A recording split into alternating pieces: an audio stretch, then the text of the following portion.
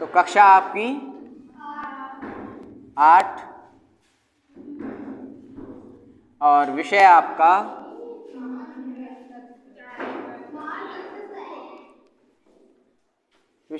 है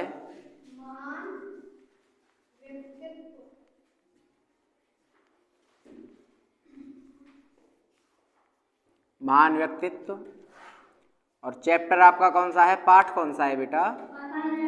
15। इसका पाठ का नाम है टीपू। आज महान व्यक्तित्व में हम टीपू सुल्तान के बारे में पढ़ेंगे। टीपू सुल्तान कौन था, किसका बच्चा था, कहाँ पैदा हुआ, क्या क्या उसने अपने जीवन में किया और उससे प्रेरणा लेंगे। टीपू सुल्तान हैदर अली के पुत्र थे। किसके पुत्र थे बेटा? हैदर अली के। तो इनके पिता कौन हो गए बेटा?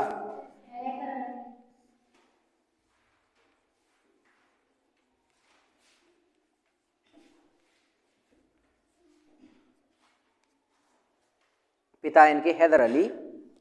इनका जन्म सन 1750 ईस्वी में हुआ था। इनके पिता मैसूर के शासक थे। इनका जन्म कब हुआ था बेटा? 1750 ईस्वी में। जन्म सन 1750 ईस्वी में। इनके पिता मैसूर के शासक थे। कुछ लोग समझते हैं कि हैदर अली मैसूर का राजा था। यह बात नहीं है। हैदर अली ने अपने को कभी राजा नहीं बनाया। मैसूर के राजा की मृत्यु के बाद उसने उनके छोटे पुत्र को, जिसकी अवस्था 3-4 वर्ष की थी, राजा घोषित कर दिया और उन्हीं के नाम पर सब कामकाज करता रहा। उसके धीरे धीरे मैसूर राज्य की सीमा बढ़ा ली थी। कुछ पढ़ा लिखा न होने पर भी उसको सेना संबंधी अच्छा ज्ञान था। उसका सहायक खांडे राव एक महाराष्ट्री था। तो हैदर अली का सहायक कौन था बेटा?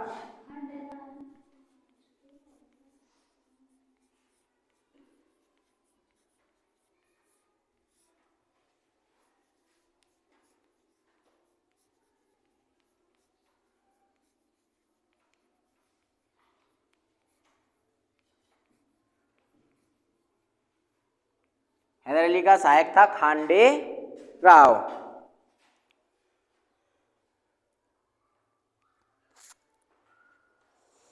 कुछ टीपू जब 30 साल के हुए, हैदर अली की मृत्यु हो गई। जब टीपू सुल्तान कितने साल की हुई बेटा? 30 साल के। हैदर अली क्या हो गई? मृत्यु हो गई। युद्ध तथा शासन का तब तक उन्हें बहुत अच्छा ज्ञान हो गया था। उस समय भारत में इंग्लैंड की ईस्ट इंडिया कंपनी अपना राज्य फैला रही थी। कौन सी कंपनी बेटा? East India Company. Haider Ali कई बार कंपनी से लड़े थे, जिसके कारण टीपू को अंग्रेजों से लड़ने के रंग ढंग की जानकारी हो गई थी। इस युद्ध में टीपू ने नए ढंग के आक्रमण का तरीका निकाला था। वे एकाएक बहुत जोरों से बिजली की भांति आक्रमण करते थे और शत्रु के पैर उखड़ जाते थे। हैदर अली स्वयं पढ़े लिखे नहीं था, परंतु टीपू की शिक्षा की उन्होंने अच्छी व्यवस्था कर दी थी। अतः टीपू शिक्षित भी थे और घुड़सवारी में भी निपुण थे। तो ये कह रहे हैं हैदर अली स्वयं पढ़ा लिखा नहीं था, लेकिन उसका बेटा जो टीपू सुल्तान था वो उसने उसको पढ़ाया लिखाया और वो घुड़सवारी भी बहुत अच्छी करना जानता था। जिस समय टीपू को पिता की मृत्यु का समाचार मिला, वह भारत के पश्चिम मालाबार में अंग्रेजों से लड़ रहे थे। उन्होंने लड़ाई छोड़ना ही उचित समझा। वहाँ सभी दरबारियों तथा मंत्रियों ने इनकी ही सहायता की और टीपू को मैसूर की बड़ी सेना का सेनापति बनाया गया। इसके बाद उन्हें अंग्रेजों से लड़ाई लड़ने का प्रबंध करना था। अंग्रेजों ने मराठों से संधि कर ली और टीपू पर आक्रमण किया। किस पर आक्रमण किया बेटा? टीपू पर आक्रमण किया।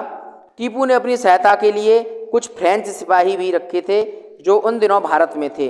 अंग्रेजों ने टीपू से संधि की प्रार्थना की। इस संधि की बातें करने के लिए अंग्रेजों की ओर से एक दल आया और टीपू से अंग्रेजों की संधि हो गई। बाद में अंग्रेजों से संधि किसकी हो गई? टीपू की भी हो गई। अंग्रेजों ने यह संधि इसलिए की थी कि उन्हें स्वयं को शक्तिशाली बनाने के लिए कुछ समय मिल जाए, जिससे कि वे टीपू सुल्तान को पराजित कर सकें। लेकिन अंग्रेजों ने क्यों की संधि? क्यों? खुद को शक्तिशाली बनाने के लिए कुछ समय मिल जाए, जिससे टीपू को क्या करते हैं? पराजित करते हैं। इस संधि से टीपू निश्चिंत हो गए, जिससे वे अंग्रेजों की शक्ति का सही अनुमान नहीं लगा सके। टीपू को लगता था कि उनकी शक्ति अंग्रेजों के बराबर है और वे अंग्रेजों को पराजित कर सकते हैं। फ्रेंच सैनिकों ने भी टीपू के इस विचार का समर्थन किया। इतना ही नहीं, उन लोगों ने टीपू को अंग्रेजों के खिलाफ भड़काया भी था। उन लोगों का विचार था कि यदि अवसर मिले तो टीपू की सहायता से अंग्रेजों को भारत के दक्षिण से निकालकर स्वयं वहाँ राज्य करें।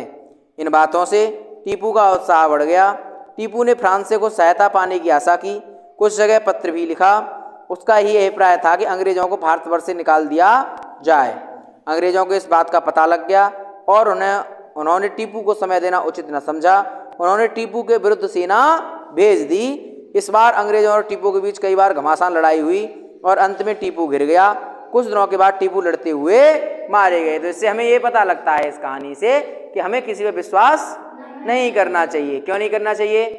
अब उन्होंने अंग्रेजों ने क्या कर लिया, उनसे संधि कर ली, करेगा हम तो तुम्हारे यार हैं, तुम हत्ता मारो है, ऐसी बात हो गई। अब उन्होंने कहा अरे यार तो कोई दिक्कत ही ना है, हम यार तो भाई दिली जिगड़ी यारी करते हैं हम तो क्या हुआ, तो टीपू निश्चिंत हो गया। और धीरे अंग्रेजों ने क्यों संधि की थी कि हौले हौले जाओ सर कर देंगे, रुक जाओ भाई। धीरे धीरे वो सेना बढ़ाने लग गए, टीपू को अनुमान ही नहीं लगा। फिर टीपू को अनुमान लगो गए जिकस गड़बड़ कर रहे हैं, माने फ्रांस से सहायता मांगी। तब तक अंग्रेजों ने पता चली कि अच्छा सहायता ले रहा है, कर दे जाओ सर, सही सर कर दे। समझ रहे हो? इस कहानी से हमें कितनी बड़ी प्रेरणा मिल रही है जिंदगी की। महान तो पढ़ाई इसलिए जाता है तुम्हारे लिए कि महान लोगों की जीवनियाँ पढ़ पढ़ के तुम्हारा जीवन भी महान बन सके। इसी वजह के लिए महान व्यक्तित्व तुम्हें पढ़ाया जाता है।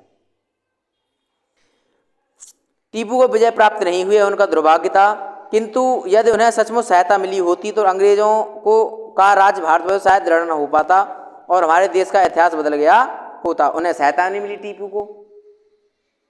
तो इससे एक और हमें सीख मिलती है कि हमें किसी के भरोसे रहना नहीं चाहिए, चाहे कुछ भी हो जाए। यदि वह अंग्रेजों से संधि कर लेता तो उन्हें कोई कठिनाई न होती, किंतु उन्होंने ऐसा नहीं किया। इसी कारण अंग्रेज भी उनका नाश करने पर तुले हुए थे। टीपू ने अपने राज्य में अनेक सुधार किए थे। उस समय यहाँ ऐसी प्रथा थी कि एक स्त्री कई पुरुषों से विवाह कर सकती थी। यह प्रथा उन्होंने बंद करा दी और नियम बनाया है कि जो ऐसा करेगा उसे कठोर दंड दिया जाएगा। वे स्वयं शराब नहीं पीते थे और उनके राज्य में शराब पीना अपराध था। तो स्वयं शराब नहीं पीते थे टीपू सुल्तान, और राज्य में शराब पीना अपराध था। उनकी पढ़ने लिखने में रुचि थी और उनका निजी पुस्तकालय था। उन दिनों पुस्तकालय बनाना कठिन था क्योंकि छापा खाना नहीं था और हाथ से लिखी पुस्तकें ही मिलती थीं। उन पुस्तकों से पता चलता है कि साहित्य के साथ साथ टीपू की कविता, गणित, ज्योतिष, विज्ञान तथा कला में भी रुचि थी। टीपू का जीवन आमोद प्रमोद में नहीं बीतता था। सवेरे से संध्या तक वे परिश्रम करते थे और चाहते थे कि दूसरे भी इसी प्रकार राज्य का कामकाज करें। उन्होंने तिथियां सूर्य वर्षों के अनुसार चलाई थी। कौन से वर्षों के? सौर वर्षों के। युद्ध कला पर उन्होंने एक पुस्तक भी लिखी। उसकी स्पष्ट आज्ञा थी युद्ध के पश्चात लूटपाट में स्त्रियों को कोई ना छुए। तो युद्ध पर उन्होंने एक किताब लिखी और उनका आदेश ये था कि लूटपाट जब करो, जैसे कोई राजा कहीं जीत जाता है तो फिर उसके सैनिक क्या करते हैं? लूटपाट करते हैं। यानी किसी घर में सोना जेवरात हो चुरा लेंगे, क्योंकि जीत गई ना। अब तो कौन मारी जाती है बेटा? जनता मारी जाती है बेचारी। तो इसमें मुझे एक वचन ध्यान आता है कि अगर दो हाथियों में लड़ाई होती है, किसमें? दो हाथियों में जब लड़ाई होती है तो सबसे ज़्यादा नुकसान किसको होता है? नहीं भाई, दो हाथियों में लड़ाई हो रही है, तुम्हें कोई नुकसान होगा? पागल हो रखा है लड़के, मनुष्य को सबसे ज़्यादा नुकसान होता है उस घास को जिस पे हाथी लड़ रहे हैं।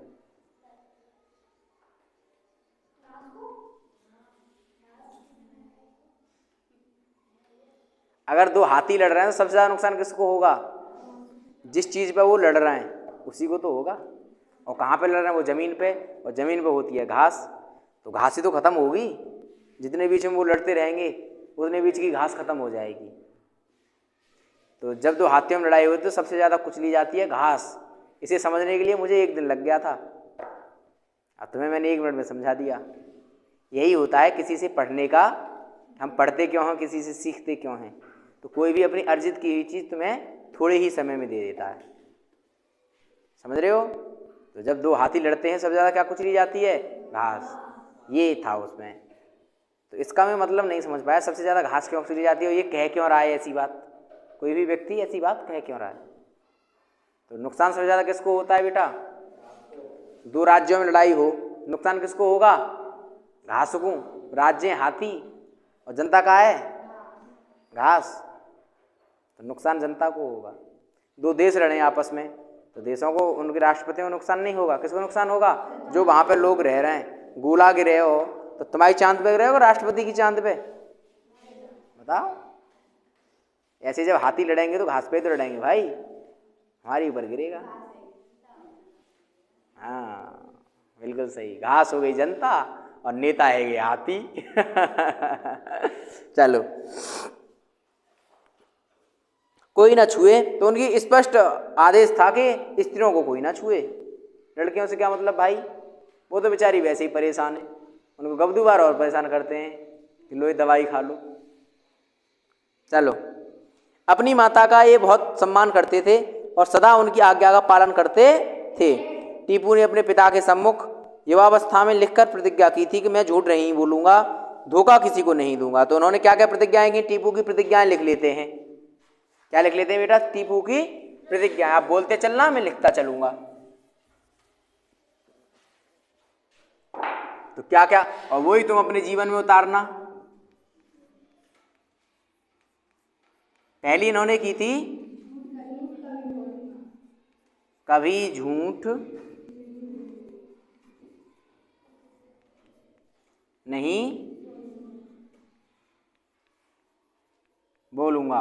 दूसरी इन्होंने क्या किया था बेटा? कभी किसी को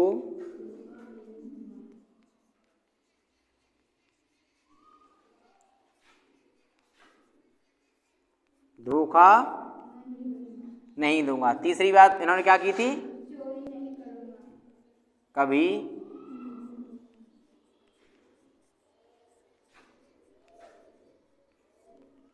चोरी नहीं करूंगा। और तीन ही थी। तो यही तीन उपदेश जो थे वो कल मैंने जो पाठ पढ़ाया था 17, उसमें शिवाजी ने बताए थे। बताए थे कि नहीं बताए थे? छत्रसाल को क्या क्या बताए थे कल, बताओ। हाँ, कभी अधर्म मत करना। तो अधर्म में क्या आ गया?